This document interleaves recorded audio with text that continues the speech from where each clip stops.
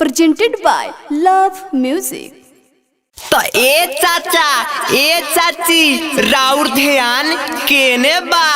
राउर दुख सुख में साथ न देवे वाला मुखिया प्रत्याशी लंगटुआ हेने बा। अरे साला, अरे तू क्या बोल रहा है? हम साथ नहीं देने वाला नेता थोड़े ना बनना है, हमको साथ देना है रे। ठीक से बोलो। अरे ना ये चाची, हमारा कहे का मतलब ई रह कि राउर दुख सुख में साथ देवे वाला मुखिया प्रत्याशी लंगटुआ हेने हो। हमारा नेता कैसा हो, हमारा नेता कैसा हो। तो जी हाँ, मुखिया जी का कहना है कि जितने भी ग्रामवासी है सबको सरकारी नौकरी होगा, हर पूर्वे में दारू का ठेका होगा, 2 शीशी सबको पर डे मुफ्त रहेगी। आई बा अब किलो मटुआ के बारी, सभे के मिली नौकरी सरकारी। ए हो आई बा अब किलो मटुआ के बारी, सबके मिली नौकरी सरकारी। तू जाके बटन दबाई हो तू है ही पर चहपल छाप होवे निशानी, चपल छाप मुरा होवे निशानी। दिहोए फौजी भोटा ये दीपो, चपल छाप होवे इनकर निशानी। दिहाए भौजी भोटा यही पर चप्पल छाप जिंदाबाद जिंदाबाद जिंदाबाद चप्पल छाप जिंदाबाद जिंदाबाद जिंदाबाद। तो जी हाँ, सभी बुजुर्गों का नया विवाह कराया जाएगा। अरे बिल्कुल सही बोला।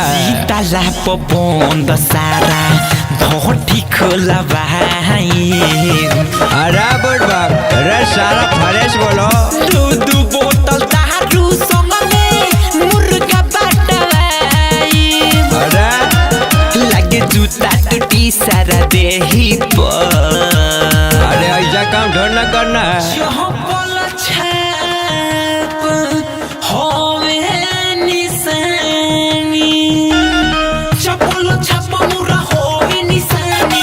दिहोए फौजी भोटा ये दीपो, चप्पल छाप होवे इनकर निशानी।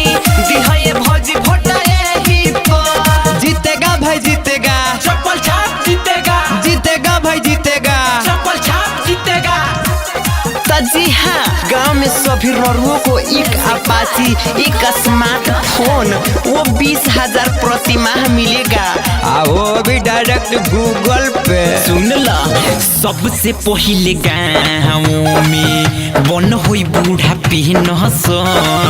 अरे जीतेंगे तो सबसे पहले यही करेंगे। चाहे कौनो सहारा बाके होई के तनु टेंशन। नहीं जीतबा तू सारे हमले ही पर। अरे तमीज से बोलो। चहपल छाप होवे निशानी, चपल छाप मुरा होवे निशानी। दिहोए फौजी भोटा ये दीपो, चप्पल छाप होवे इनकर निशानी। दिहाए भौजी भोटा है ही पर। अमन रिकॉर्डिंग स्टूडियो दिल्ली। ये गाना सिर्फ मनोरंजन के लिए बनाया गया है, इसे दिल पर ना लें।